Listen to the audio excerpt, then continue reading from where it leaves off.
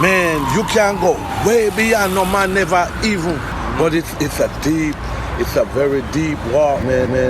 Revolution, any mass change is always spontaneous. It's combusted.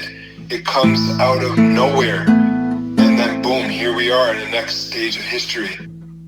But up until those points in time, it's our role as people who give a shit to stir the pot and to create the necessary intellectual and emotional tension that gets people closer and closer and closer to that edge. And when these times come, they're more likely to participate because they've been waiting for it. It's like preparatory work. But the point is this. Those who have died struggling and those who have died nameless are the only people that can give our life. If one is not able to make the connection between those who have died and those who are currently living, I don't know what hope there is.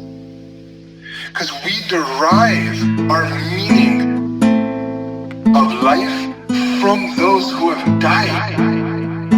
When we forget about those people because of propaganda and other issues, when we forget about those people and we stop walking with them, they die in vain. We spit on them and we choke them out of history like this cop choked Floyd out of his own existence. The point to that is this officer is guilty as charged, but we're also guilty in the metaphorical sense of silencing the dead.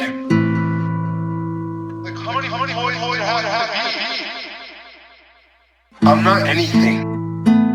I am only a being that can give rise and voice and reason to those who have died unjustly, unfairly. I'm an instrument. I'm nobody compared to people who have lost their lives in these struggles. And you know what?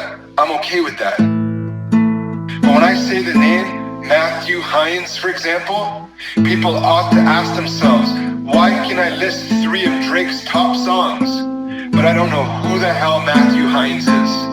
Another needless death behind bars, where 7 officers pepper spray, slammed his head against the tiles of the shower, his shirt over his head while he's gasping for air. They called it synonymous to waterboarding. His body was in such shock that he went into multiple seizures. In the end, he leaves the prison facility into an ambulance, straight into a body bag. And this is a guy who was waiting for 1 week.